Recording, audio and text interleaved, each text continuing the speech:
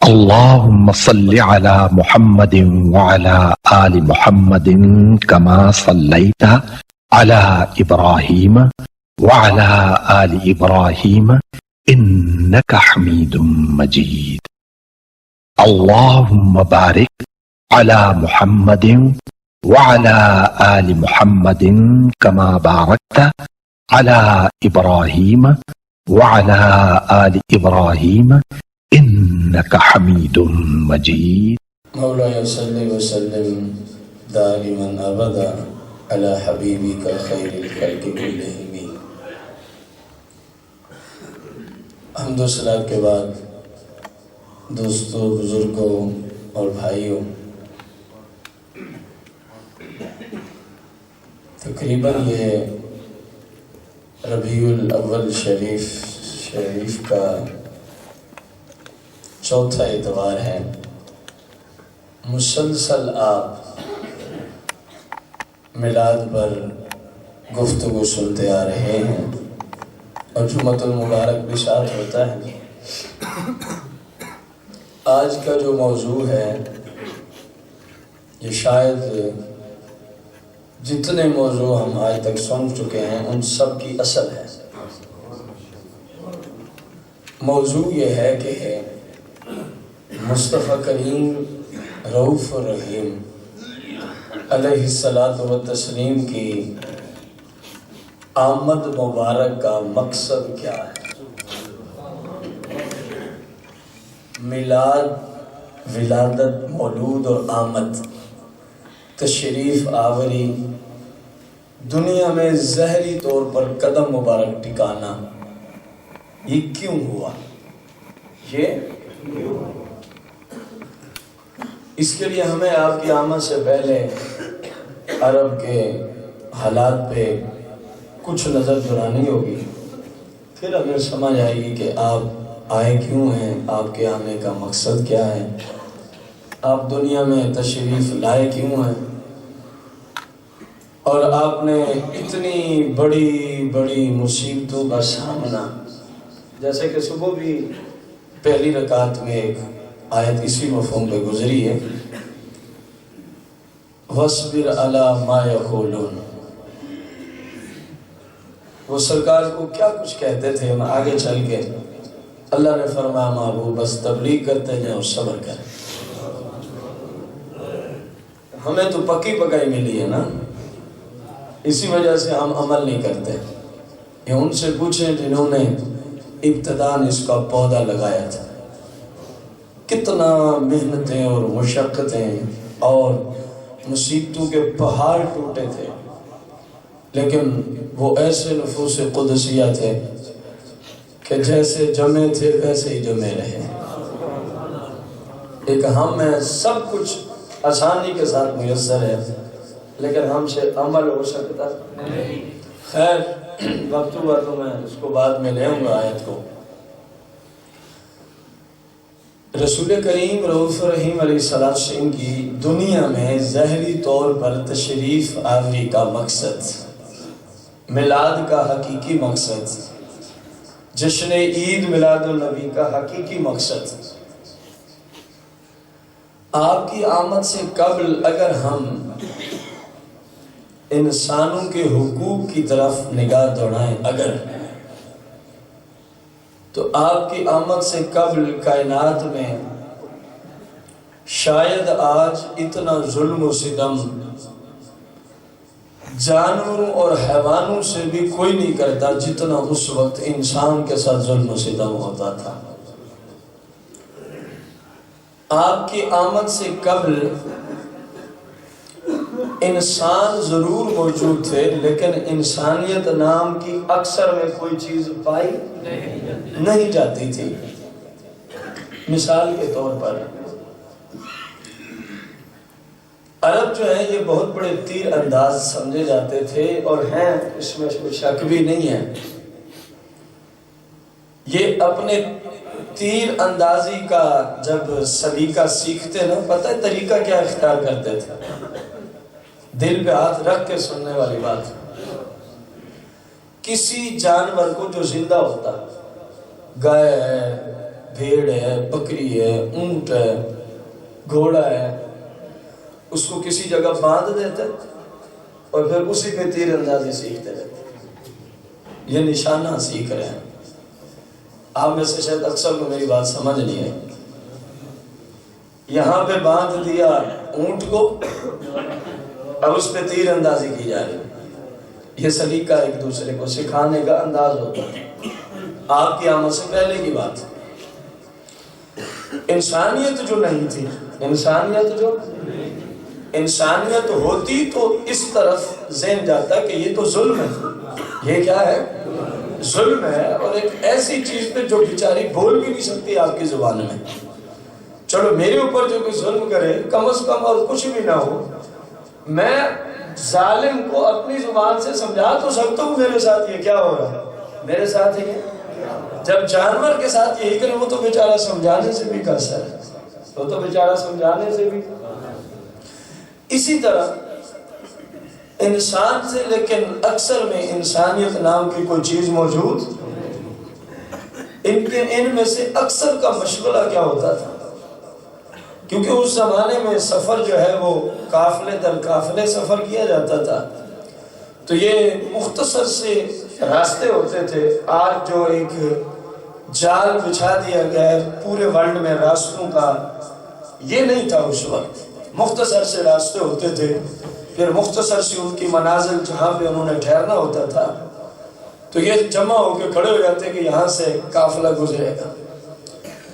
تو ان کو بے دردی سے قتل کر دیتے، ان کا مال لوٹ لیتے، نہایت ہی ظلم و ستم کرتے اس قافلے پر جو ان کے ہاتھ چڑھ جاتا. اسی طرح رسول کریم صلی اللہ علیہ وسلم کے قدم مبارک ٹکانے سے پہلے کی طرف اگر ہم انسانوں کی طرف کہ ان کی زندگی کیسی تھی، یہ کیسے گزر بسر کر رہے تھے. ایک عورت کے خامند کی حیثیت سے 10 بندے ہوتے تھے. پھر جب اولاد پیدا ہوتی تھی اس میں مسائل کھڑے ہوتے تھے. کیا کھڑے ہوتے تھے؟ وہ کہتا میرے نسب سے ہے، اور اگلا کہتا. یہی وجہ ہے اسلام نے رسول اللہ کی آمد نے آ کے ظلم کو اٹھا دیا. ایک عورت کے بیعت وقت اب 2 شوہر بھی نہیں ہو سکتے. کیوں؟ اس سے خانہ جنگیاں، اس سے ایک ظلم کا ایسا سلسلہ نکل پڑتا تھا جو رکنے کا نام نہیں لیتا.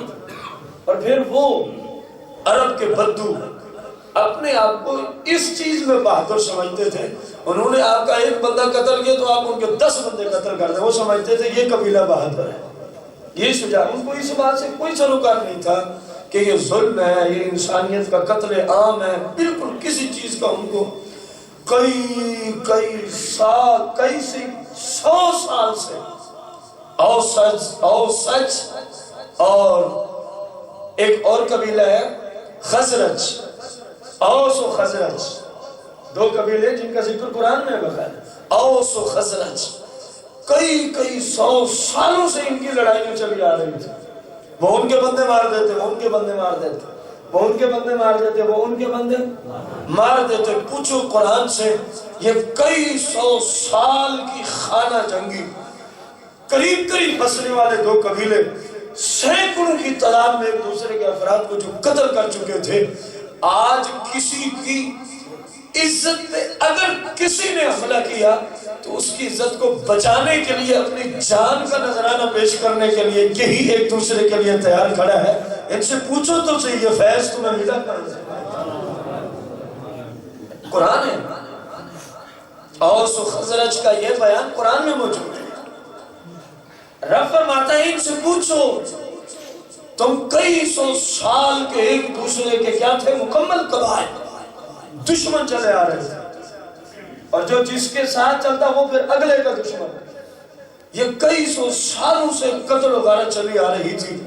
تو اللہ کا قرآن پتہ کیا فرماتا ہے؟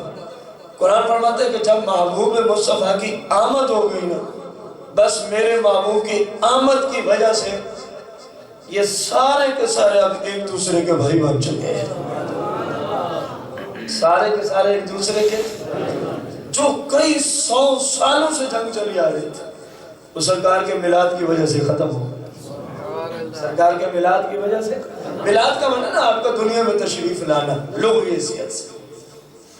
رسول کریم علیہ السلام کی آمد سے قبل اگر کسی شخص کو چلتے پھرتے کسی پرندے کسی جانور کا کوئی حصہ جسم کا پسند آ جاتا, کوئی حصہ جسم کا کیا آ جاتا, یہ نہیں کہ اس کو ذبح کر کے چلو اسی حصے کو کھا جائے, اس کو پکڑتے اور جو حصہ پسند, مثلا اونٹ ہے فرض کیا, اس کا ان کو پچھلی ٹانگ کی دائیں جانے والی ٹانگ جو ہے نا 2 ٹانگوں میں سے ایک پسند آ گئی, اس کو پکڑتے اور رسیوں سے باندھ دیتے, جو حصہ ان کو پسند ہے زندہ کا کاٹ لیتے پکڑا کے اسی طرح مر لیتے. یہ تصور میں لے ہے نا کہ ہماری ایک ٹانگ ہی کوئی بندہ کاٹ کے ہمیں ایسے ہی چھوڑ دے تو کیسا نظام ہوگا ہمارے ساتھ. یہ کثرت کے ساتھ وہاں کیا جاتا تھا. ان کے نزدیک یہ ان کا حق تھا, یہ کوئی ظلم نہیں ہے, یہ کوئی زیادتی.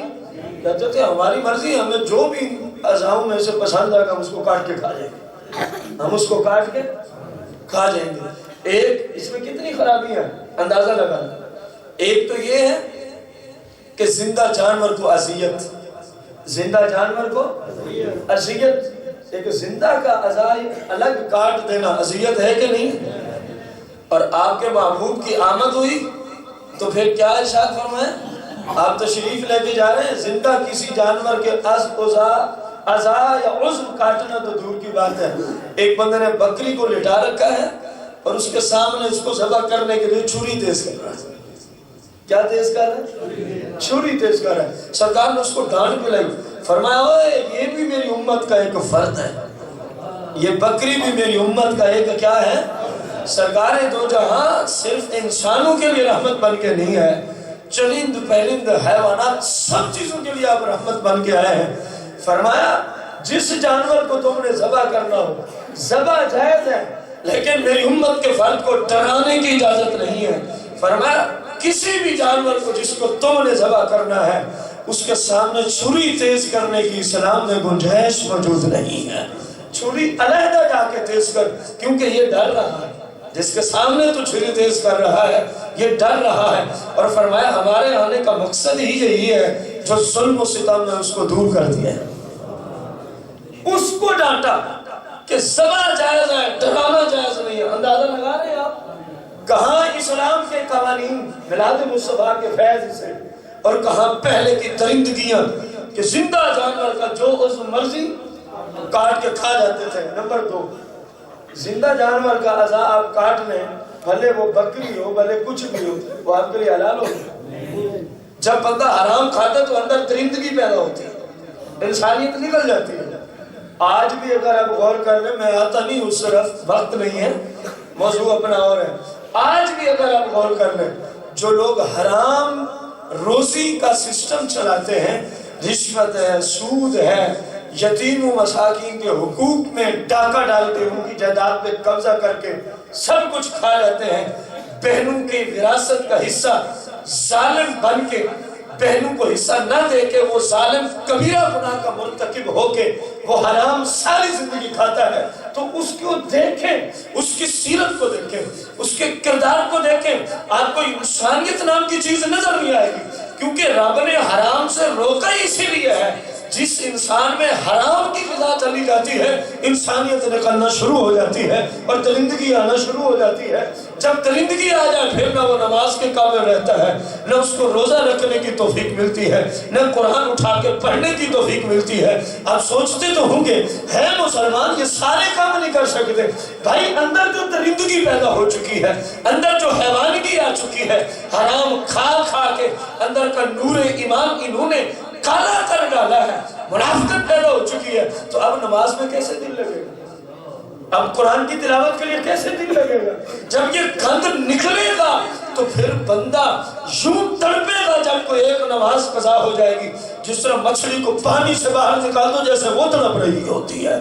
جس دن اس کو قرآن اٹھا کے تلاوت کرنے کا موقع نہیں ملے گا, یہ یوں تڑپ رہا ہوگا, پتہ نہیں میرا کون سا آج نقصان ہو گیا ہے, مجھے وہ سکون، وہ چاشنی، وہ لطف آج نصیب ہی نہیں ہوا۔ جب غور کرتا ہے اپنے معمولات پہ تو ذہن میں آتا ہے اف آج تو میں نے قرآن کی تلاوت نہیں کی ہے۔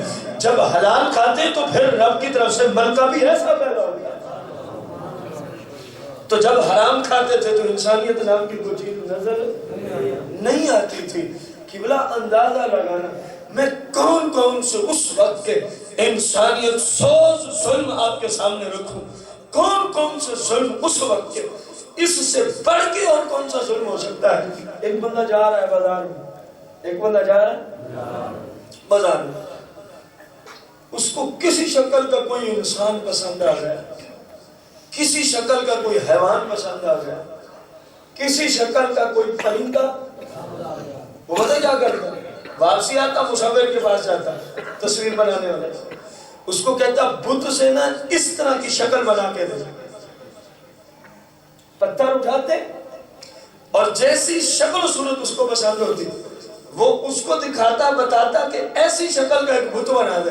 جب وہ بنا دیتا اس کو سامنے رکھ کے کہتا میرا خدا ہی نہیں، اس کی پوجا شروع کر دے، اس کی پوجا۔ اس سے بڑھ کے اور کوئی ظلم و ستم ہے جو آپ کو میں عرض کروں؟ یہ سارا ظلم پہلے ہوتا تھا، آمد مصطفیٰ سے پہلے، میلاد مصطفیٰ سے پہلے، ولادت مصطفیٰ کریم سے پہلے، آپ کے دنیا میں قدم مبارک ٹکانے سے پہلے یہ ظلم ہوتا تھا کہ جس شکل کی کوئی چیز پسند آ گئی اسی شکل کا بت بنا کے اس کا خدا ہی وہی ہوتا، اس کی پوجا شروع۔ پھر آگے چل، ایک خاتون کا شوہر مر گئے، اب ساری زندگی اس کا جو بیٹا ہے، اگر بیٹا نہیں تو اس کے جو بھائی ہیں مرنے والے، وہ اس عورت کے مالک ہوتے، یوں جیسا کہ اس موبائل کا کوئی یہاں مالک بیٹھا ہوگا جس نے یہاں رکھا ہے۔ سمجھ آ رہی ہے آپ کو؟ وہ یوں مالک ہوتا۔ اب موبائل کا مالک اگر چاہے تو اس کو بولو تو صحیح، چاہے تو اس کو جناب کسی ایسی جگہ ڈال دے کہ دوبارہ کبھی نظر ہی نہ آئے، مالک ہے نا، ایسے ہے کہ نہیں ہے؟ تو وہاں جب کسی عورت کا شوہر فوت ہو جاتا وہ پچھلوں کی ملکیت بن جاتا، اولاد ہے تو اولاد اس کے مالک ہے۔ جیسے آپ اپنی پلاٹس کے مالک ہیں، آپ اپنے پیسوں کے مالک ہیں، آپ اپنے مکانات کے مالک ہیں، ایسے ہی اس میں ملکیت جاری ہو جاتی تھی۔ اور پھر کرتے کیا تھے؟ ساری زندگی اس کو آگے کہیں نکاح نہیں کرنے دیتے، میری ملکیت ہے، چاہتے تو بھیج ڈالتے، چاہتے تو باندھ کے گھر میں رکھتے، سسکیاں لے لے کے وہ دنیا سے مر جاتے، سسکیاں لے لے کے وہ دنیا سے مر جاتی۔ یہ بیوہ عورت کے ساتھ ظلم ہوتا تھا، یہ بیوہ عورت کے ساتھ ظلم ہوتا تھا۔ اور طلاق والی کو تو شاید معاشرے میں سب سے زیادہ منحوس جانتے تھے، جس بیچاری کو کسی وجہ سے کیا ہو جاتی طلاق، تو وہ زمانہ جاہلیت کے لوگ سب سے زیادہ منحوس معاذ اللہ ثم معاذ اللہ وہ اسی عورت کو سمجھ لیتے تھے، اسی عورت کو سمجھ لیتے تھے۔ اور جب میرے محبوب کی آمد ہوئی، جب میرے محبوب تشریف لائے، جب آپ کا میلاد مبارک ہوا، جب جشن عید میلاد النبی کا دن آیا، تو پھر اسی قانون کو مصطفیٰ کریم نے کیسے توڑا۔ میرے آقا ابن صحابہ میں بیٹھے ہیں، فرمایا آج تمہیں یہ نہ بتا دوں میری شریعت میں سب سے افضل ترین صدقہ کس صدقے کو کہا جاتا ہے؟ اندازہ لگا میلاد مصطفیٰ کا حقیقی مقصد۔ فرمایا تمہیں یہ نہ بتا دوں میری شریعت میں افضل صدقہ وہ کون سا صدقہ ہے، وہ کون سا؟ اب غور سے سننا، کہاں وہاں کا ظلم و ستم، کہاں وہاں بیوہ اور مطلقہ عورت کو کس انداز سے جانتے تھے، اور کہاں میرے آقا کریم نے ان جن پہ زمانے بھر کا ظلم کیا جاتا تھا، کہاں ان کو اٹھایا، وہ جو پسے ہوئے تھے عزت کی دنیا میں ان کو یوں پکڑا، یہ میلاد مصطفیٰ کا صدقہ ہے، اور آسمان تک ان کو بلندی عطا فرما دی۔ اب اپنی امت کو فرما رہے ہیں تمہیں نہ بتا دوں الا ادلک علی افضل صدقہ، فرما کیا میں تمہیں بتانا دوں کہ سب سے افضل ترین صدقہ کون سا ہے؟ صحابہ نے قالوا نعم، انہوں نے اس کی اصل ضرور بتا دے، وہ تو حریص ہوا کرتے تھے ایسی باتوں کے حریص ہوا کرتے تھے. سرکار نے فرمایا تیری وہ بیٹی، تیری وہ بہن جس کا شوہر فوت ہو جاتا ہے یا جس کو شوہر طلاق دے دیتا ہے اور وہ بیچاری پھر تیرے پاس آ جاتی ہے، اور وہ بیچاری پھر تیرے اور تیرے سوا اس کا کوئی پرسان حال نہیں ہوتا. فرمایا جو تو اس پہ خرچ کرے گا نا، میری شریعت میں اس سے افضل صدقہ اور کوئی نہیں ہو سکتا. اندازہ لگائیں آمد مصطفیٰ کا مقصد، میلاد مصطفیٰ کا مقصد، بعثت نبوی علیہ السلام کا مقصد. کوئی بیٹی جس کو طلاق ہو چکی ہے، بیٹی تو پھر بھی اسی کی ہے نا جس کی پہلے تھی شادی سے. اپنی اولاد پہ خرچ کرنا اسلام کا حکم ہے ہمیں کہ نہیں ہے؟ اگر ہم ان پہ اپنی وسعت کے اعتبار سے موجود ہے خرچ نہیں کرتے تو ہم کبیرہ گناہ کے مرتکب ہیں. وہ بھوکے بیٹھے ہمارے پاس پیسے موجود ہیں، ہم ان کو کھانا نہیں دیتے تو کبیرہ گناہ ہے. بیوی ہے، بچے ہیں، والدین ہیں یا والدین بوڑھے ہو گئے، چھوٹے بہن بھائی ہیں، ان سب کا نان و نفقہ فرض کے درجے میں ہوتا ہے. کس درجے میں ہوتا ہے؟ فرض کے. اپنی بیٹی کو کھلا رہا ہے، اور یہ وہی بیٹی ہے جس کو زمانے بھر میں منحوس جانا جاتا تھا. زمانے بھر میں سرکار نے منحوس سے بھی نکالا. فرمایا آج کے بعد اس کو منحوس نہ کہنا. اس میں اس کا قصور ہی کیا؟ اس میں اس بچی کا قصور ہی؟ اکثر طلاق کے بعد میں ظلم شوہر کی طرف سے ہوتا ہے. بہت کم ایسے کیسز ہیں. کیا ہوا 1000 میں کوئی ایک عورت ہو جس کی طرف سے زیادتی کی وجہ سے طلاق ہو. اکثر شوہروں کی طرف سے ظلم ہوتا آ رہا ہے اور آج بھی آپ آنکھوں سے دیکھ رہے ہیں. ایسے ہے کہ نہیں؟ میں اپنا قرآن و حدیث کے اصول کے تحت بات کر رہا ہوں کہ عورت کا قصور 1000 میں شاید ایک عورت ملے 1000 طلاق والی عورتوں میں. قرآن و حدیث کی روشنی میں جس کا قصور بنے کہ اب اس کو طلاق دی جائے. بقایا اکثر قصور کس کا ہوتا ہے؟ شوہر کا. ظلم ہوتا ہے عورتوں پہ. فرمایا کہ اس کا قصور کیا ہے جسے تم منحوس سمجھتے ہو؟ یہ تو زمانہ جاہلیت کی گندی رسمیں ہیں. ہم نے اس کو صرف منحوس سے نہیں نکالا بلکہ اپنی شریعت میں اس کو ایسا درجہ دے دیا ہے جو اس میں پیسہ خرچ ہو گیا میری پوری شریعت میں جہاں مرضی تم خرچ کر لو، جتنا ثواب اس پہ خرچ کرنے کا رب عطا فرمائے گا کسی اور جگہ سے نہیں مل سکتا. آج ہم پھر وہیں آ کے رک گئے. 14 صدیاں گزرنے کے بعد آج پھر بیوہ اور متعلقہ عورت کو زمانے والے منحوس جانتے ہیں. ایسے ہے کہ نہیں ہے؟ میرے بھائی بیوہ کو تو گویا انسانیت سے خارج کر دیا گیا ہے. متعلقہ عورت کو تو ہمارے زمانے میں گویا انسانیت سے ہی، وہ کوئی انسان ہی نہیں ہے گویا. اللہ کی قسم اٹھا کے کہتا ہوں میرے اور آپ سب کے محبوب علیہ السلام نے اگر آپ چاہتے نا تو 9 کی 9 بیویاں کنواریوں سے بھی نکاح فرما سکتے تھے. سرکار نے کسی ایک عورت سے بھی جو آپ کی بیوی بنی ہو اپنی مرضی سے ایک کنواری لڑکی سے آپ نے نکاح نہیں. 8 بیویاں آپ کی ایسی ہیں. کوئی متعلقہ ہے جس کو طلاق دی جا چکی تو کہ کوئی بیوہ ہے جس کا شوہر وفات پا چکا تھا. تو کیا ہے یہ کیوں ہے؟ امت کو بتایا بیوہ اور متعلقہ منحوس نہیں ہوتی. اگر کوئی ایسی بات ہوتی تو تمہارا نبی تو ان کو شرف زوجیت نہ عطا فرماتا. آج ہم نے وہی سمجھا. ایسے ہے کہ نہیں؟ آج تو باپ بھی اس بیٹی سے کتراتا ہے جس کو طلاق ہو جاتا ہے. بھائی اس سے کتراتے ہیں کسی طرح اس کو گھر سے نکالو، کسی طرح اس کو. اور بھائی یہ کوئی حیوان ہے کہ کسی طرح اس کو گھر سے نکالو؟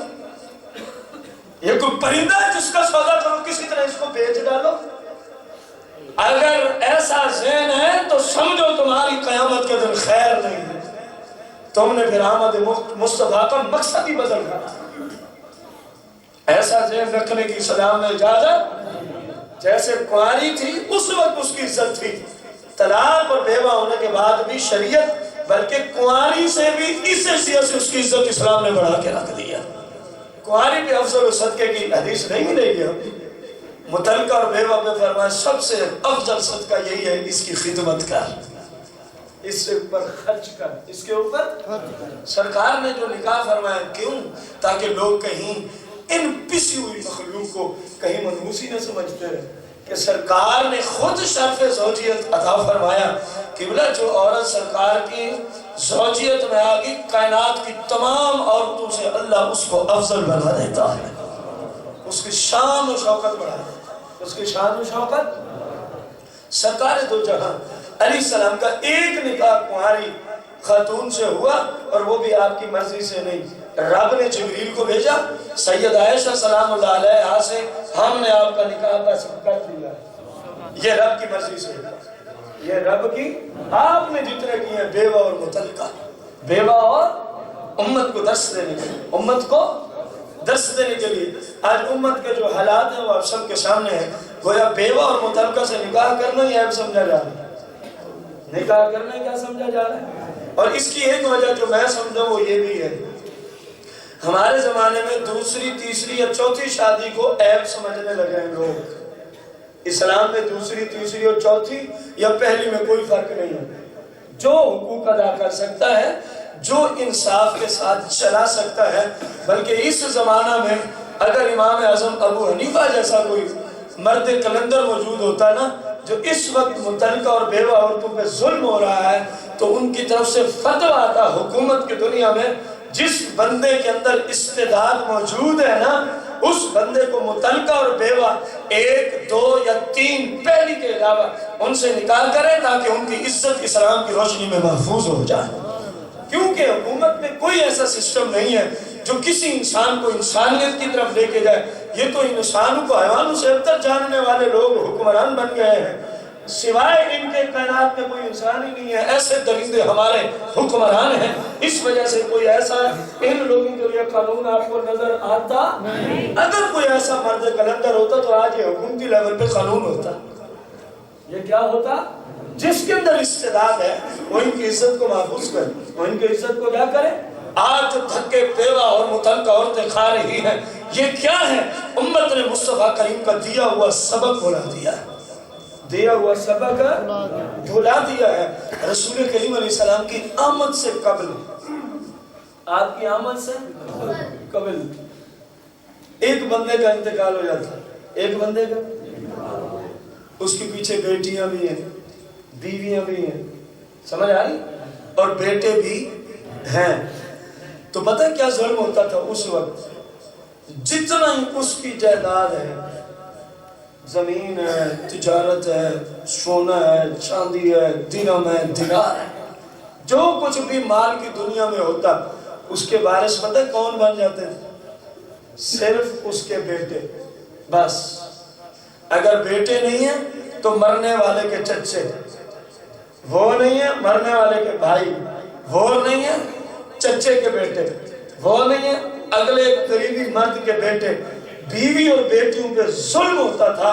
سرکار کی آمد سے پہلے ان کو 1 انچ اور 1 درہم کا 1000واں حصہ بھی وراثت میں کوئی دیتا نہیں تھا۔ یہ ظلم تھا عورت کے ساتھ، جو کما نہیں سکتی اس کا وراثت میں حصہ ہی نہیں رکھا گیا تھا، اور اس کے اوپر ظلم و ستم ہوتا تھا۔ بس میرے محبوب کی آمد ہوتی ہے، میلاد مصطفیٰ کا بہار کا موسم آتا ہے، آپ فرماتے ہیں کہ آج کے بعد جہاں مرنے والے کی جائیداد سے اس کے بیٹوں کو حصہ ملے گا، وہیں ہم ظلم اٹھانے آ گئے ہیں، وہیں اس کی بیٹیوں کو بھی حصہ دیں گے، وہیں اس کی بیویوں کو بھی حصہ دیں گے۔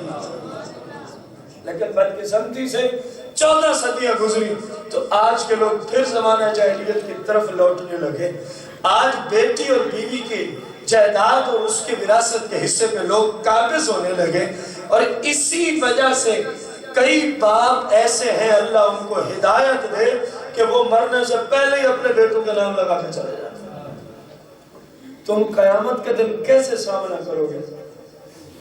اپنی بیوی اور بیٹیوں کو محروم کرنے والوں، تم سے سوال ہے، تم قیامت کے دن رب رسول کا کس منہ سے سامنا کرو گے؟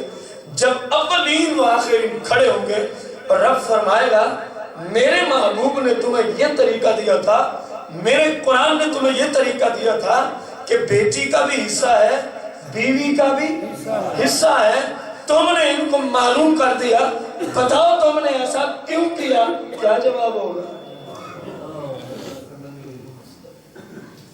اور پھر قرآن وہاں پہ بھی لوگ جھوٹ بولنے کی جرات کریں گے، یہ قرآن کا فیصلہ ہے۔ تو اللہ فرماتا ہے نختم علی افواہہم ہم ان کی زبان کو بند کر کے رکھ دیں گے. جب یہ جھوٹ کی کوشش کریں گے ہم ان کی زبان پہ تالے اور مہر لگا دیں گے. یا اللہ پھر کیا ہوگا؟ فرمایا پھر ان کے اعضاء بولیں گے. زبان پہ تالے، پھر یہ آنکھیں بندے کے خلاف گواہی دیں گی، یہ کان بندے کے خلاف گواہی دیں گے، یہ ہاتھ بندے کے خلاف گواہی دیں گے. یہ جناب والا بندے کی ٹانگیں اور پاؤں جس اعضاء سے جہاں کہیں اللہ کی نافرمانی کی. سورہ یاسین میں جا کے پڑھ لینا، یہ سارا مفہوم موجود ہے. رب نے فرمایا جب ان کی زبانیں میں بند کروں گا نا پھر ان کے اعضاؤں کو طاقت دوں گا. بولو میری کس کس اعضاء سے نافرمانی کرنا؟ کیا کرو گے اس وقت؟ کیا کریں گے ہم اس وقت؟ تو سرکار کی آمد سے قبل عورت پہ ایک ظلم یہ بھی ہوتا تھا کہ اس کو وراثت سے کوئی حصہ نہیں دیا جاتا تھا. یقین جانیں ہر طرف ظلم ہی ظلم تھا، ہر طرف انسانیت سوز ظلم ہی ظلم کی کہانیاں تھیں. ہر طرف کہیں حیوانات کے ظلم ہو رہا ہے، کہیں چرند پرند پہ ظلم کیا جا رہا تھا، کہیں انسانوں پہ ظلم کیا جا رہا تھا. انسانیت نام کی کوئی چیز دور تک نظر نہیں آتی تھی. بتوں کو خدا سمجھ کے ان کی پوجا کی جا رہی تھی. اپنے ہاتھ سے کھڑے ہوئے پتھروں کو اپنا خدا اور معبود اور خالق اور رزاق سمجھ کے ان کو پوجتے تھے. بس جب ہر طرف ایسا ہی سما تھا کہ لوگ اللہ سے دور ہو چکے تھے، صراط مستقیم کا دور تک کہیں نام و نشان نظر نہیں آتا تھا، کسی کو علم نہیں تھا رب کی ذات تک رسائی کیسے ہے، رب کی عبادت کے طریقے کیا ہیں، اللہ کتنے ہیں اور ان کی معرفت و پہچان کیا ہے. یہ ماں ہے تو اس کی عزت کیا ہے، یہ بیٹی ہے تو اس کا مقام کیا ہے، یہ بہن ہے تو اس کا رتبہ کیا ہے، یہ بیوی ہے تو اس کے حقوق کیا ہے، یہ قریبی رشتہ دار ہیں تو ان کے حقوق کیا ہے، یہ ہمسائے ہیں تو ان کے حقوق کیا ہے، اور یہ انسان ہیں تو ان کے حقوق کیا ہے، یہ چرند پرند حیوانات ہیں آخر ان کے حقوق کیا ہے. جب ہر طرف جہالت ہی جہالت تھی، ظلم ہی ظلم تھا، اس وقت سیدتنا آمنہ سلام اللہ علیہا کے گھر میں ایک ایسا نور تشریف لاتا ہے. بس وہ جیسے جیسے قدم ٹکاتا گیا ہر طرف سے ظلم و ستم دور ہوتے گئے، ہر طرف سے انسانیت میں ظلم دور ہو گئے، حیوانات کے ساتھ زیادتیاں دور ہو گئی، پرندوں کے ساتھ زیادتیاں دور ہو گئی، عورتوں میں ظلم دور ہو گئے. الخص وہ مقصد لے کے سرکار آئے کہ پتہ چلتا ہے انسانیت کیا ہے اور درندگی کیا ہے، حیوان کون ہوتے ہیں اور انسان کون ہوتے ہیں. میرے بھائی یہ ہے میلاد مصطفیٰ کا، ولادت مصطفیٰ کا، ظاہری طور پہ قدم ٹکانے کا دنیا میں میرے محبوب کی تشریف آوری کا یہ مقصد ہے کہ لوگ جو بھٹکے بھولے ہر طرف پھر رہے ہیں، کہیں کوئی منظر نظر نہیں آتی. فرمایا ہمارے میلاد کا صدقہ تمہیں رب بھی مل جائے گا، تمہیں ایمان بھی مل جائے گا، تمہیں قرآن بھی مل جائے گا. اندازہ لگا. مجھے بڑی حیرانگی ہوتی ہے، لوگ کہتے ہیں نا میلاد نہیں ہے، میلاد کی خوشیاں نہیں ہیں. اور اللہ تمہیں ہدایت عطا فرمائے، اگر میلاد نہ ہوتا تو پھر آج وہی سسٹم ہوتا. اگر ولادت مصطفیٰ نہ ہوتی تو آج وہی زمانے جاہلیت کا سسٹم ہوتا کہ نہ ہوتا. بلکہ ان کو تو جناب عیسیٰ علیہ السلام کے زمینوں سے آسمانوں کی طرف اٹھائے ہوئے کل 650 سال کا صرف عرصہ بیچ میں گزرا تھا.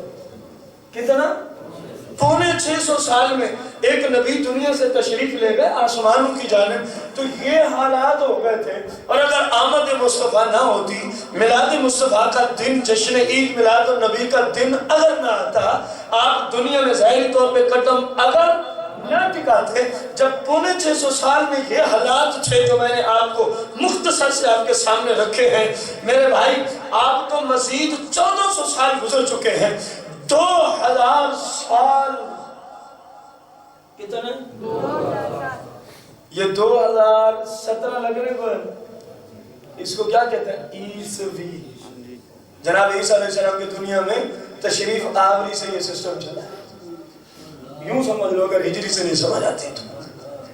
جب 650 سال میں اتنا ظلم و ستم ہے، جب مزید 1400 سال اور بیت جاتے، اگر میلاد مصطفیٰ کا نظام نہ ہوتا، ولادت مصطفیٰ کا نظام، تشریف آوری مصطفیٰ کا نظام نہ ہوتا، بتاؤ آج اس سے 3 گنا کائنات میں ظلم زیادہ ہوتا کہ نہ ہوتا؟ 550 یا 600 سال میں اتنا ہو گیا تو اب تو مزید 1500 سال اور گزرے پڑے، ایسے ہیں کہ نہیں؟ تو یہ سارا ظلم، یہ سارے ستم، یہ ساری پھٹکی ہوئی انسانیت، یہ راہ سے بھولے ہوئے لوگ، یہ گمراہ ترین لوگ آج جو اللہ کی بارگاہ میں جھکنے والے ہیں، اللہ کو وحدہ لا شریک ماننے والے ہیں، اللہ کی ذات پہ ایمان رکھنے والے ہیں، بتوں کو چھوڑ کر اللہ کو ایک ماننا، یہ بھی میلاد مصطفیٰ کی وجہ سے۔ کائنات میں کسی مفتی کی جرات نہیں ہے اس جملے کو ٹھکرانے کی، اور اس کے سامنے کسی مفتی کو بیٹھنے کی بھی حاجت نہیں ہے، آپ بھی بیٹھ سکتے ہیں۔ اسے ایک ہی سوال کریں، تو جو میلاد مصطفیٰ کے خلاف بات کرتا ہے، بتا اگر میرے آقا کریم دنیا میں نہ آتے، یہی میلاد مصطفیٰ ہے نا آپ کی تشریف آوری، تو کیا تجھے آج پتا ہوتا اللہ ایک ہے؟ تو بھی تو ان جیسا ہوتا نا جو پہلے بتوں کی پوجا کرتے تھے، ان جیسا ہوتا کہ نہ ہوتا؟ تو بھی ان جیسا ہوتا جو اپنی ماں بہن پر ظلم کرتے تھے، تو بھی ان جیسا ہوتا جو حیوانات کے ساتھ زیادتیاں کرتے تھے۔ سمجھ آئیے کہ نہیں آئی؟ تو یہ جو تو نے کلمہ پڑھا ہے نا اللہ کو ایک کہتا ہے، یہ بھی ولادت مصطفیٰ کا صدقہ ہے، یہ بھی ولادت مصطفیٰ کا صدقہ ہے۔ کہ نہیں جی ولادت کا صدقہ نہیں ہے، میں نے کہا کس چیز؟ جی قرآن میں آیا ہوا۔ میں آپ کو کھولنے کے لیے یہ سوال عرض کر رہا ہوں کہ جی یہ میلاد کی وجہ سے نہیں ہے کہ ہم اللہ کو ایک مانتے ہیں، بلکہ کہاں آیا ہوا ہے؟ بولو تو صحیح، آپ پھر پوچھیں گے تو صحیح نا اس سے، قرآن کس پہ نازل ہے؟ او بے ہدایتوں عقل کرو، عقل کرو، جہاں بھی جاؤ گے پہلے میلاد مصطفیٰ کو دستک دینی پڑے گی، اس کے بغیر گزارا نہیں ہوگا۔ تم کہو نا جی قرآن میں آیا ہے، تو میں کہوں گا کیا ہے؟ قرآن میں آیا جی اللہ ایک ہے۔ میں نے پوچھا جی کس پہ نازل ہوا؟ اب پھر چپ۔ سرکار اگر میلاد مصطفیٰ کا دن ہی نہ آتا، ولادت مصطفیٰ کا تشریف آوری مصطفیٰ کا ظاہری طور پہ دنیا میں دن ہی، تو قرآن کہاں ہوتا؟ قرآن تو ان کی ولادت کا صدقہ ملا ہے کہ بلا تو جس طرف مرضی نکل جائے پہلے میلاد مصطفیٰ ہے، باقی سارے اعمال بعد، نماز، روزہ، حج، زکوٰۃ، جہاد، قرآن سب کچھ بعد میں ہے ملنے کے اعتبار سے۔ پہلے کون تشریف لائے؟ کتنا زیادتی ہے، کتنا ظلم ہے کہ جن کی آمد کی وجہ سے ہمیں رب مل رہا ہے۔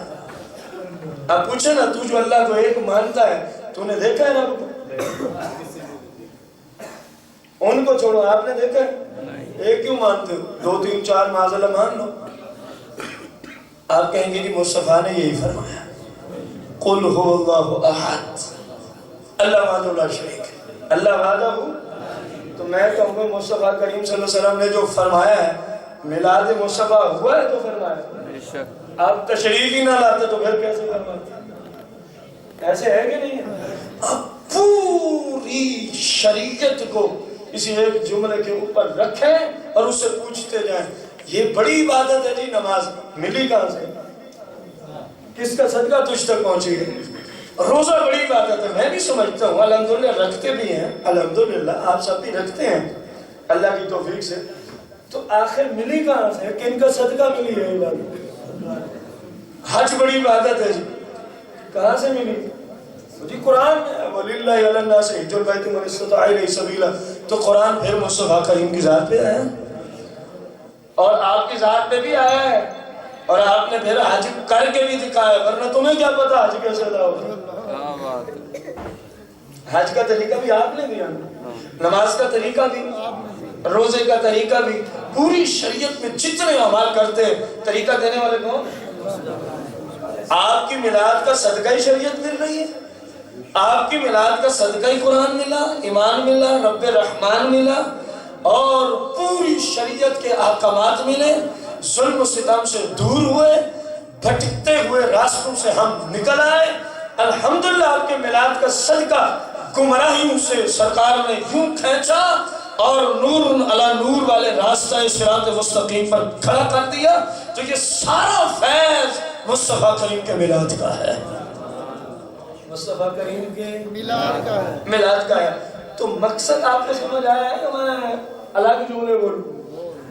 بھٹکی ہوئی انسانیت کو رب تک پہنچانا، گمراہ لوگوں کو ہدایت یافتہ بنانا، ہدایت یافتہ یہ آپ کی آمد کا مقصد ہے. ہم نے کتنا پورا کیا ہے؟ بس یہ جملہ تھا جس جملے کے لیے میں نے پورا بیان سنایا. ہم نے کتنا پورا کیا؟ آپ کی شریعت کے مطابق چل رہے ہیں تو مبارک ہو. ولادت مصطفیٰ کی خوشی عظیم درجے کی ہو رہی ہے. میلاد مصطفیٰ کا وہ چرچا آپ کر رہے ہیں کہ سوائے اس کے جو آپ کی طرح شریعت پہ چلے اور کسی کی جرات نہیں ہے ایسا میلاد منانے کی. یہ ہے اصل میلاد مصطفیٰ کی خوشی کہ جو آپ چاہتے تھے ہم اسی طرح ہو جائیں، ہم اسی طرح ہو جائیں. ذرا سوچیں، اپنے اندر جھانکیں، غور کریں. ماشاءاللہ باشعور ہیں، پڑھے لکھے لوگ ہیں، سب چیزوں کو سمجھتے ہیں آپ. تو سرکار آئے تھے لوگوں کو ہدایت کی طرف لے آنے کے لیے. ہم کتنا ہدایت میں؟ ہمیں تو جو خود کو اچھا لگے گا وہ شریعت بھی ہے، وہ سنت بھی ہے، اور جو اپنے من کے خلاف ہے اس کو چھوڑ دو، بھلے وہ قرآن ہی ہو. یہ مسلمان کا شیوا نہیں. مسلمان کا شیوا ایک چھوٹی سی مثال دوں. ابھی ہم نے صبح کی کیا پڑھی ہے؟ فرض کتنے رکعت پڑھے اور سنت ہے؟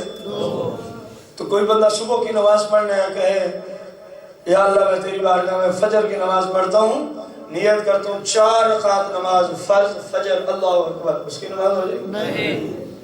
حالانکہ اس نے تو پڑھا لی نہیں 2 رکعت.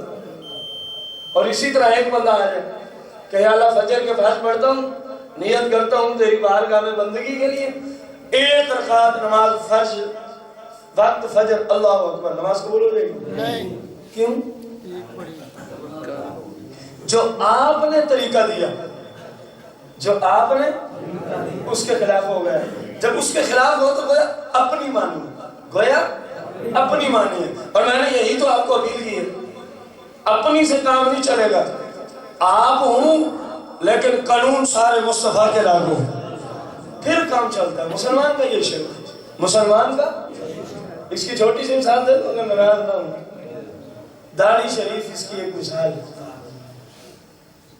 اپنی مرضی سے رکھی ہوئی.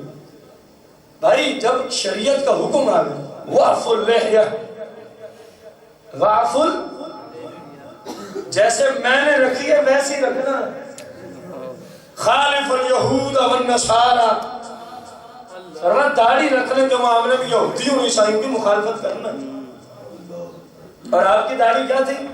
یہ مٹھی پر، ہر طرف سے. کسی کی قدرتی نہ ہو تو اور بات ہے، کینچی نہ لگاتا ہو، مشین. اب ممکن ہے کسی ذہن میں میری طرف بھی سوال اٹھ لو تو بھائی میں اس کو مشین نہیں لگاتا، میں اس کو کینچی پونچی نہیں لگاتا. ہے ہی ایسے، جب میں یوں سیدھا کروں نا تو مجھ سے بھی بڑے بات ہے. بس قدرتی طور پہ ہے ہی ایسے، قدرتی طور پہ یہ تو چلو ہے نا، سیدھا کرنے سے بڑھ جاتی ہے. یوں میں اس کو اگر کنگھی سے بار بار کروں تو بڑھ جاتے، لیکن پھر اپنی جگہ پہ چلی جاتی. اور ایک بندے کی ہوئی ہی نہیں ہے، چھوٹے چھوٹے بال ہوئے، اللہ کی مرضی ہے جس کو جتنی عطا کرے. تو تب بھی وہ ہاتھ نہ لگائے تو وہ ٹھیک ہے، وہ اس کو چھوٹا نہ کروائے تو جو چھوٹا کروا رہا ہے اس نے مصطفیٰ کریم کی مانی ہے یہ اپنی بلند آواز، جیسے کہ فجر کی نماز کی مثال رکھی تھی. اب جیسے وہاں نہیں آپ کو سمجھ آئی نا کہ گزارا نہیں چلتا اپنی سے، تو ادھر بھی مصطفیٰ کی مان لو اپنی سے گزارا نہیں چلے گا. اپنی سے گزارا جن لوگوں نے چکروں میں ڈالا ان کو چھوڑ دو. سیدھے سادے پکے سچے طریقے والے مسلمان بن جاؤ. جو آ گیا بس ٹھیک ہے یار، اسلام آپ کے پیچھے کرے، ہم آپ کے، اور اس کے بغیر گزارا بھی نہیں. میں اور آپ کون ہوتا ہے؟ میں نے پچھلے دنوں بھی حدیث عرض کی ہے، ایک صحابی جیسی ہستی جو ساری رات نوافل میں، ہر روز نفلی روزے میں جان بھی اسلام پہ قربان، مال بھی، اولاد بھی، سب کچھ سرکار کے قدموں پہ قربان کرنے والا پوچھ رہا ہے قیامت کب ہے؟ جواب ہے تیاری کیا ہے؟ جنہوں نے گھر باہر ہی چھوڑ دیا ہے مصطفیٰ کی خاطر، مکے سے ہجرت کر کے مدینے آئے ہوئے تھے، پوچھا کیا جا رہا ہے؟ فرمایا تیاری کیا ہے؟ اب وہ نہیں کہہ سکتے تھے 5 نمازیں تو پڑھتے ہیں، ساری رات بھی کھڑے رہتے ہیں، روزے بھی رکھتے ہیں، جہاد بھی کرتے ہیں، جو مال آتا ہے سارا آپ کی بارگاہ میں قربان بھی تو کرتے ہیں، آپ پھر آگے اسلام میں لگاتے ہیں، اپنی ذات کے لیے آپ نہیں مانگا کرتے، اسلام کے لیے، شریعت کے لیے، سمجھ آئی گا؟ کوئی اس کو یہ نہ سمجھے کہ شاید معاذ اللہ سرکار انہوں نے کیا مانگنا کسی سے اپنی ذات کے لیے، ان کی بارگاہ میں جو چلا گیا اس کو دونوں جہانوں کا بادشاہ بنا دیتے ہیں، تو ان کو کیا ضرورت ہے کسی سے مانگنے کی؟ کسی سے، یہ تو ہمارے یہاں لوگ ہیں نا، وہ کہتے ہیں شاید غنا اور غنی ہونا دولت کا نام ہے، یہ ہماری سوچ ہے، وہاں غنا کسی اور چیز کا نام ہے، وہاں غنی ہونا کسی اور مقام کا نام ہے، سرکار تو اصل غنا عطا فرماتے ہیں، اصل غنی بنا دیتے ہیں صرف نگاہ کے فیض سے، صرف نگاہ کے فیض سے ایسا غنی بناتے ہیں کہ کروڑوں لوگ اس بندے کی ہاں میں ہاں ملانے والے ہو جاتے ہیں، لاکھوں ہزاروں مسلمان اس بندے کے ہاں میں، جو کہہ دے ٹھیک، جو کہہ دے ٹھیک ہے۔ میرے بھائیوں اور بزرگوں اندازہ لگاؤ مصطفیٰ کریم رؤوف الرحیم علیہ الصلوۃ والتسلیم کی جو شریعت کے مسلمہ اصول ہیں، کون سے؟ مسلمہ، ان کو اپنائے بغیر گزارا تو فرمایا تیاری ہے۔ اس نے عرض کی جی تیاری اور تو کچھ نہیں، البتہ آپ سے ہمیں محبت ہے۔ اب آپ سے پوچھ رہے تھے آپ کی محبت کی پہچان کیا؟ سرکار سے پوچھ رہے ہیں نا کہ یا رسول اللہ آپ کی محبت کیا ہے؟ ابھی پچھلے دنوں ہم نے بخاری میں حدیث پڑھی ہے، فرمایا جس نے میرے طریقے کو اپنا لیا زندگی اس کی ہے اور طریقے میرے ہیں، فرمایا میں خود اعلان کر رہا ہوں میں اس بندے سے محبت کرتا ہوں، میں اس بندے سے، یہ محبت رسول۔ عرض کی ہم آپ سے محبت تو کر، کیا مطلب ہے؟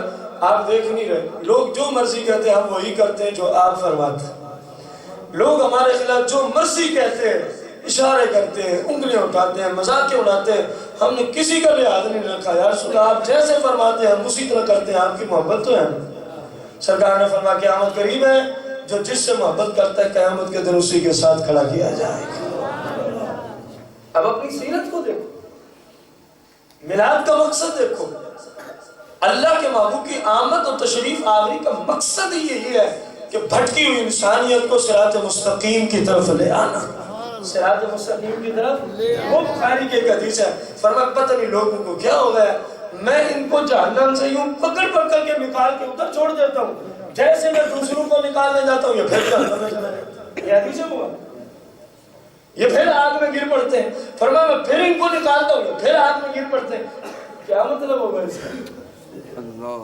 میں ان کو سمجھاتا ہوں یہ کام نہ کرو، ان کی وجہ سے آگ مل رہی ہے، یہ پھر وہی کام کریں گے، یہ پھر وہی، یہ حدیث مبارک۔ خدا کا نام لو، زندگی مختصر ہے، کوئی پتہ نہیں کب جناب جبرائیل علیہ السلام آ جائیں، کب جناب جبرائیل علیہ السلام آ جائیں۔ اور ایک وظیفہ آپ کو بتا دوں، شہادت کی موت کا، ہر بندے کی خواہش ہے نا مجھے کون سی موت ہو۔ بخاری میں حدیث پڑھی ہے ہم نے، بعد میں التنبیہ الغافلین میں پڑھی ہے، کلاس میں ہم پڑھ چکے ہیں حدیث۔ آقا کریم علیہ السلام نے فرمایا جس بندے کو وضو کی حالت پر موت آئے گی نا مات شہیدہ، ہم نے اس کو شہادت کا رتبہ عطا فرمایا۔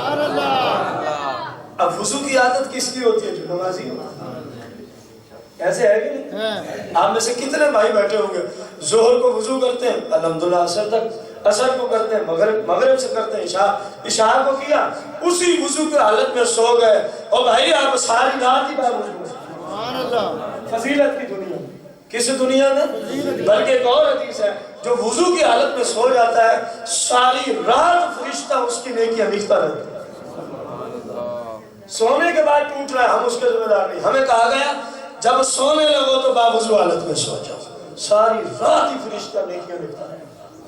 سوچو تو صحیح، مفت کی نیکی ہے. لیکن وضو کی سعادت رب کس کو دیتا ہے؟ جو نماز پڑھنے والا ہوتا ہے. جو کیا ہوتا ہے؟ بے نمازی. جو منہ بھی 12 بجے دن کو اٹھ کے دھوتا ہے، وضو کیا کرے؟ ایسے ہے کہ نہیں؟ سرکار کی حالانکہ بخاری میں حدیث ہے، فرمایا جو بندہ صبح کو نہیں اٹھتا نا نماز کے لیے، اس کے کان میں شیطان پیشاب کر دیتا. یہ صحیح بخاری کی حدیث ہے. اب بے نمازی کو بندہ کہتا روزانہ تیرے کان میں شیطان پیشاب کرتا ہے، نہیں، ابھی بھی سمجھ میں نہیں. کسی بے نمازی کو بندہ کہے آپ کی طرف سے مجھے اجازت ہے میں آپ کے کان میں پیشاب کرنا چاہتا ہوں، تو پھر دیکھنا آگے رد عمل کیا ہوتا ہے. میں نے سمجھانے کے لیے مثال دی ہے، اور حدیث بخاری ہے، کوئی گھر کا فتویٰ نہیں. یہ آپ کے محلے کے طالب علم اس حدیث کو پڑھ چکے ہیں جو بخاری کے گوش میں آتے ہیں. اگر آپ کسی سے کہیں جو بے نمازی ہے میں آپ کے کان میں کیا کرنا چاہتا ہوں، جواب کیا ملے گا؟ صرف نہیں، جو کچھ کر سکتا ہوگا کرے گا. گالیاں بھی دے گا، مارے گا، پتہ نہیں کیا کچھ کرے گا. تو اس کو کہے یار میں تو پھر بھی مسلمان ہوں، میں تو پھر بھی، تجھے میرا پیشاب کان میں گوارا نہیں ہے، تجھے اپنے نبی کی زبان پہ اعتماد ہے کہ نہیں؟ اگر نہیں ہے تو تو کافر ہے، اگر ہے تو تو مسلمان ہے. جب اعتماد ہے تو آج تجھے میں حدیث سکھاتا ہوں، جب تجھے میرا پیشاب پسند نہیں ہے تو ابلیس اور شیطان کا پیشاب روزانہ تیرے کانوں میں جا رہا ہے، تجھے وہ کیسے پسند ہے؟ اب وہ روئے گا، کہے گا یار اس کا حل کیا ہے، کیسے بندہ بچ سکتا ہے؟ آپ کہیں گے مصطفیٰ کریم نے فرمایا 5 وقت کے نمازی مان جو، شیطان کی ضرورت ہی کیا ہے کہ تمہاری؟ پیشاب تو دور کی بات ہے. ولادت باسعادت کا مقصد مسلمان صراط مستقیم پر چلے، انسان اللہ کی شریعت کے مطابق زندگی بسر کرے. اللہ تعالیٰ مجھے اور سب کو سرکار کی آمد کی حقیقی خوشیاں منانے کی توفیق عطا فرمائے، جو صرف 12 ربیع الاول تک محدود نہ رہے، جو صرف جھنڈیاں لیٹنگ میٹنگ تک محدود نہ رہے. یہ تو نفلی کام ہے، آپ نہ بھی کریں کچھ نہیں ہوتا. حلال طریقے سے کرنا چاہیے، ثواب ضرور ہے، ثواب ضرور ہے، نیت بھی اچھی ہو، نیت بھی. اب ایسی نہ ہو ایک بندہ آیا سائل کہنے لگے ہمارے یہاں بازاروں کو اس لیے زیادہ سجا رہے ہیں لڑکے، کہتے ہیں ہماری گلی میں نا درمیانی رات میں عورتیں بہت زیادہ ہیں. میں نے کہا لعنت ہے تمہاری اس نیت میں، اور اللہ انہ علیم بذات الصدور، اللہ ہر بندے کے دل کے ارادوں کو بھی جانتا ہے. میں اس لیے بار بار جملہ بولتا ہوں، خوشی کریں لیکن شریعت کی، جب نیت ہی اس کی بد ہے، جب نیت ہی اس کی گندے گناہ کی طرف ہے کہ زیادہ سجائیں گے تو لڑکیاں زیادہ آئیں گی. انہوں نے سرکار کی ولادت کی خوشی کی ہے یا عورتوں کو دیکھنے کے لیے خرچہ کیا؟ آپ کو سمجھ تو آ گئی ہوگی نا نیت سے کیا مراد ہو. صرف اللہ رسول کی خوشی اور رضا اور حلال طریقے سے، اور یہ نفلی آپ نہ بھی کرے کچھ نہیں ہوتا. لیکن آپ نے جو حقیقی مقصد میلاد کا ہے اس کو پورا نہ کیا تو پھر گزارا نہیں ہوگا. وہ کیا ہے؟ شریعت پہ چلنا، سرکار کے دیے ہوئے طریقے کے مطابق چلنا، سرکار کے دیے ہوئے طریقے کے مطابق چلنا.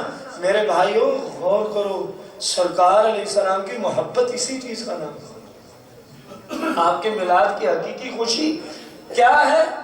نعرہ ہے، نعرہ اس کا جواب ہوگا آپ کی شریعت پہ چلنا. آپ کے میلاد کی حقیقی خوشی کیا ہے؟ آپ کی شریعت پر چلنا. سارے نہیں بول رہے. آپ کے میلاد مصطفیٰ کی حقیقی اور دائمی خوشی کس چیز کا نام ہے؟ آپ کی شریعت پر چلنا. اللہ کرے کہ یہ مجھے بھی آپ سب کو بھی تمام مسلمانوں کو نصیب ہو. آمین. آمین بجائے نبی کریم علیہ الصلوۃ والسلام.